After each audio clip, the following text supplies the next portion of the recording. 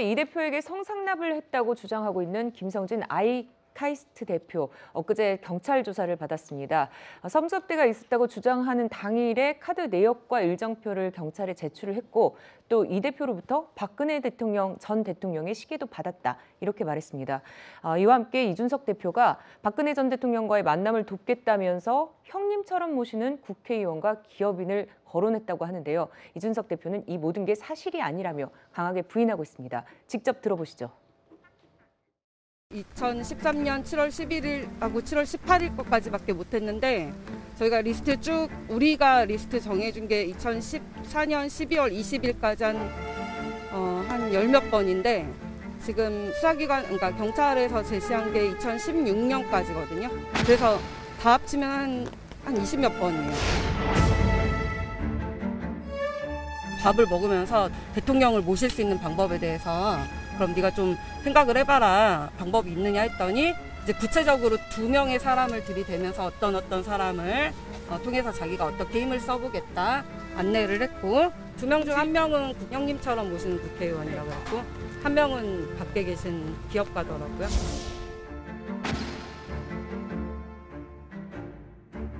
전혀 경찰 측의 요청을 받은 바가 없고 시계 그 제작 시점이라는 걸 봐서도 말이 안 되는 거라고 어제 다 이미 이야기가 나왔기 때문에 뭐 나오는 이야기들이 꼭 100% 사실에 입각한 얘기들은 아닐 것이다, 이런 생각을 합니다.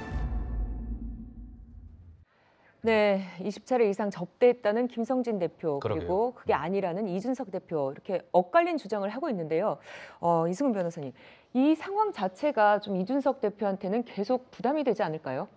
굉장히 부담이 되죠. 언론에서 실시간 뭐 성상납이라고 하는 걸 20회 받았다, 뭐 시계를 줬다, 박근혜 전 대통령이 누구를 만나게 하기 위해 줘서 연결을 해줬다, 이런 얘기들이 나오고 있기 때문에 굉장히 이준석 대표 입장에서 보면 부담스러울 수밖에 없고요. 네. 다만 이제 이준석 대표가 스스로 여기를 물러설 가능성은 없잖아요. 그렇기 때문에 결국에는 어떻게 지금 국민의힘이 이 사건을 해결할 것이냐의 문제인데, 네. 이준석 대표 입장에서도 이해를 할 수 있는 부분이 있어요. 왜냐하면 아직 경찰 수사가 이루어지지 않았고 그럼에도 실시간 이런 내용들이 흘러나오고 있고, 그리고 이 문제를 제기한 게 가세연의 강용석 변호사. 전 변호사고, 예. 변호사고, 그다음에 여기 또 지금 김성진 아이캐스트 대표의 변호사도 김소연 변호사도 실은 강용석 의원과 친분이 있는 걸로 알고 있거든요. 그렇군요. 그런 측면에서 지금 좀 의도적으로 이준석 대표를 몰아내기 위해서 조금 음모론이라는 얘기도 많이 있거든요. 그런 네. 측면에서 좀 윤리가 좀 세심하게 봐야지, 막연하게 어떤 언론이라든가 상대방 주장에 의해서 어떤 당원권 정지 이상의 징계를 내릴 경우에는 네. 실은 이준석 대표는 사실상 정치적인 퇴로가 없는 상황이거든요. 네. 그렇기 때문에 국민의힘을 상대로 또는 윤석열 대통령이나 윤 핵관을 상대로 계속적으로 싸울 수 있거든요. 그런 측면에서 이런 문제들을 국민의힘이 지금 대통령의 지지율이 떨어지고 있는 상황에서 이걸 받쳐낼 수 있느냐, 이것에 대한 좀 의문이 있고 또 고민을 많이 해야 될 부분인 것 같습니다. 네. 김성진 대표가 뭐 20차례 이상 이준석 대표 접대를 했다라고 이제 주장을 하고 있는데, 20차례가 성접대를 20차례 했다는 얘기가 아닙니다. 그냥 접대를 20차례 했다, 이런 주장인 거니까 오해 없으시기를 바라고요. 자, 그렇다면 이준석 대표를 두고 사면 초과다, 뭐 고립무원이다, 토사구팽이다, 이런 말이 나오고 있는 가운데 박지원 전 국정원장과 이준석 대표 측근의 얘기, 어떻게 얘기가 조금 엇갈리고 있는지 한번 저희가 영상으로 만들어봤습니다. 만나보시죠. 이준석 당대표는 견딜 수 없을 것이다. 특히 친윤 비서실장까지 오늘 사퇴를 해버렸으면은 오동잎 떨어지면 가을이 온 것을 알아야죠. 이준석 대표, 당신이 알아서 해라. 거취를 결정해라 하는 경고다. 이준석 대표가 지금 그만두면 본인에 대한 혐의를 사실상 다 인정하는 꼴 아니겠습니까? 정치적으로 얻을 수 있는 게 없습니다. 사실 지금 그만둬도. 저는 간둔다고 봐요. 험한 사형 선고를 받고 죽는 것보다는 자기 스스로 물러가서 다시 재기하는 방법을 택해야지. 이준석 대표 스타일이 오히려 정면 승부를 즐기는 승부사 기질이 굉장히 강하잖아요. 정면 돌파 카드를 선택할 가능성이 뭐 거의 99.9%다. 네, 박지원 전 원장은 미래를 위한 잦은 사퇴를 얘기를 했지만 천하람 혁신위원, 이 대표의 정면 돌파 가능성이 거의 확실하다, 이렇게 얘기를 하고 있습니다. 네, 그동안 이 대표의 스타일을 볼 때는 천 의원의 주장에 조금 더 힘이 실리지 않을까 이렇게 생각이 드는데 김재섭 위원장 어떻게 보십니까? 저도 사실 천하람 위원장의 말에 동의를 합니다. 정면 돌파할 것이다. 예.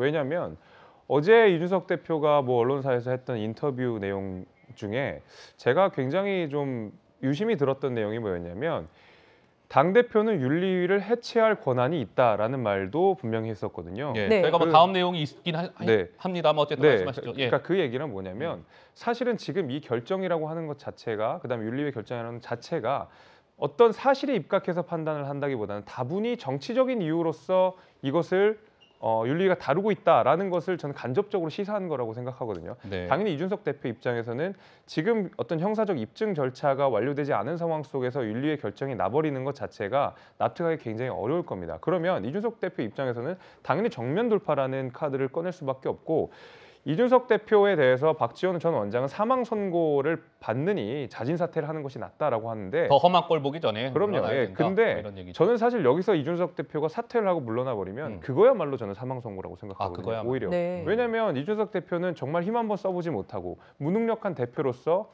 정치적인 어떤 외압에 이끌려서 당대표를 자진 사퇴하는 모습을 받게 된 것이거든요. 예. 대표라고 하는 자리는 사실은 당원들이 그다음에 국민들이 뽑아준 자리이기 때문에 함부로 물러설 수 있는 자리도 아닙니다. 그렇기 때문에 뭔가 정치적인 외압이 있다고 하더라도 자진 사퇴를 해버리면 오히려 그것이 자신의 정치적인 생명에 더 큰 악영향을 줄 거라는 것을 이준석 대표가 알고 있고 네. 게다가 기본적으로 맞대응을 하고 강하게 공중전을 하는 이준석 대표 스타일상 저는 자진 사퇴는 없을 것이고 아마 윤리의 결정에 따라서 그것을 불복하거나 아니면은 조금 더 강경하게 대응하는 방식으로 나가지 않을까라고 생각합니다. 네. 그러니까 이준석 대표의 이제 이 뭐 성접대 뭐 이런 의혹들과 관련해서 국민의힘의 윤리위원회가 다음 주 목요일에 이제 열리게 되는데요. 이제 닷새 앞으로 다가왔죠. 이준석 대표가 이 닷새 앞으로 다가온 윤리위와 관련해서 어제 한 방송에 출연해서 이렇게 얘기했습니다. 아까 김재섭 위원장 잠깐 말씀하셨습니다만 그 이야기를 포함해서 저런 얘기도 했어요. 시중에 도는 녹취록 있잖아요. 다 그런 거 편집된 겁니다. 수사기관이 수사로 설명할 거고요. 제가 증거인멸 교사를 했다고요. 안 했는데 부정을 증명하라니 참 답답하네요. 잘 모르겠습니다. 당대표 나에게 윤리위를 없앨 수 있는 해체할 수 있는 권한도 가지고 있다. 징계가 타당한지 지켜보겠다. 우리 박상규 의원은 윤리위가 7일 날 뭐 징계 결정을 할지 안 할지는 모르겠습니다만 이준석 대표가 이제 각질 수 있는 카드는 어떤 카드가 있을까요? 7일 이후에는 어떤 그림이 그려질까요? 어떻습니까? 7일 날 결정을 안 할 수도 있죠. 물론 그럴 수도 있죠. 지금 네. 문제는 그 이준석 대표가 얘기하지 않습니까? 그 이른바 박근혜 시기에도 1년 번호를 공개해봐라. 그 제작 시점과 배포 시점이 한 달 차이가 나는데 나는 그 시계를 본 적도 없다. 그러니까 이게 지금 두 가지 구성 요소를 갖고 있잖아요. 성접대 의혹과 증거인멸 교사 의혹의 두 파트인데 그렇죠. 이 중에 윤리위가 집중하는 부분은 사실상 증거인멸 교사 의혹 부분에 대해서 김철근 정무실장도 이미 조사를 했고 네. 진술을 받았지 않습니까?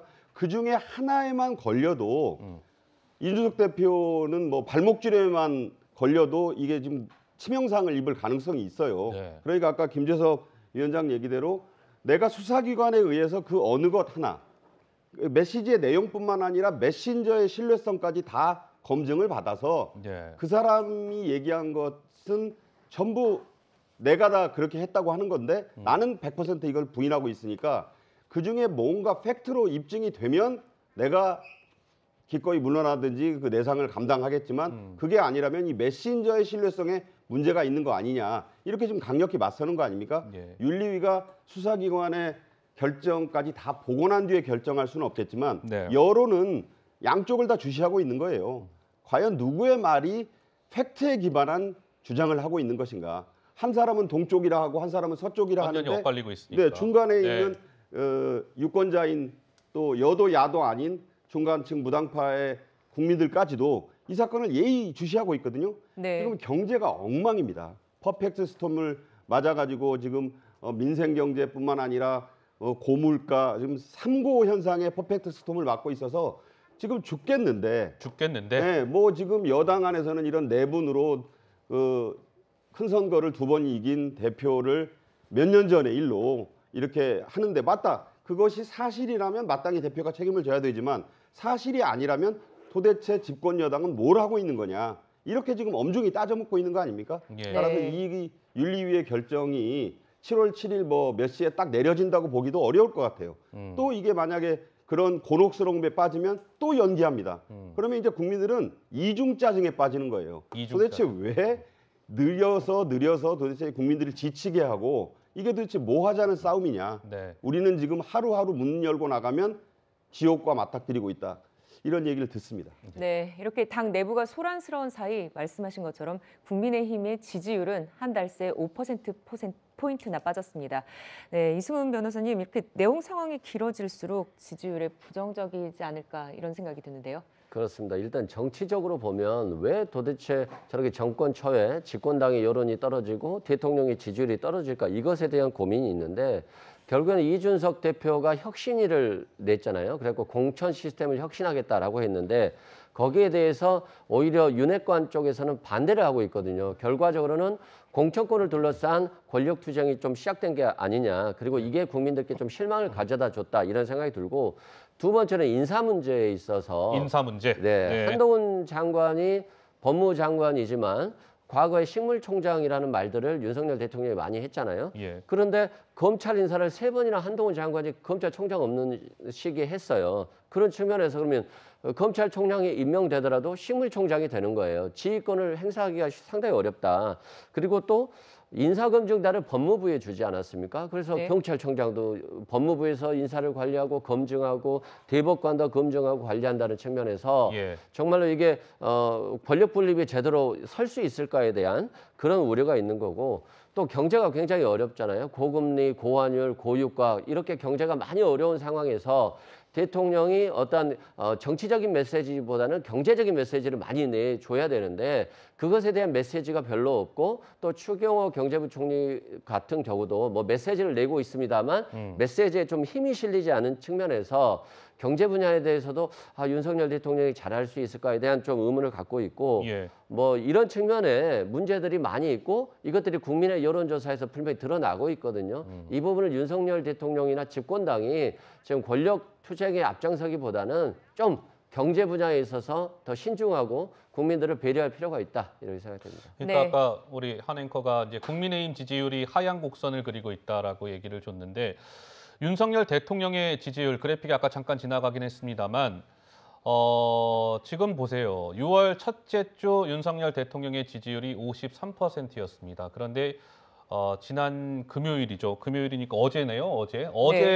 어제 발표된 갤럽 조사는 윤 대통령의 긍정평가가 43%. 그러니까 6월 첫째 주와 다섯째 주 해봐야 한 달 사이에 윤 대통령의 지지율이 10%포인트 빠진 그런 중요한 거는 저겁니다. 여론조사가 나왔어요. 지금 보시면 53 이후에 계속 하향 추세잖아요. 네. 예. 지지율이라는 건 높게 나올 수도 있고 바뀔 수도 있고 크로스가 일어날 수도 있는데 아직 추세가 중요하죠. 데드 크로스라고 예.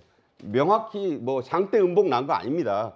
그렇지만 저렇게 자꾸 하향 추세를 보인다는 것 자체에 대한 민심은 분명히 읽어야 된다는 생각이 들어요. 예, 알겠습니다. 자, 당청 지지율 소식까지 저희가 짚어봤습니다.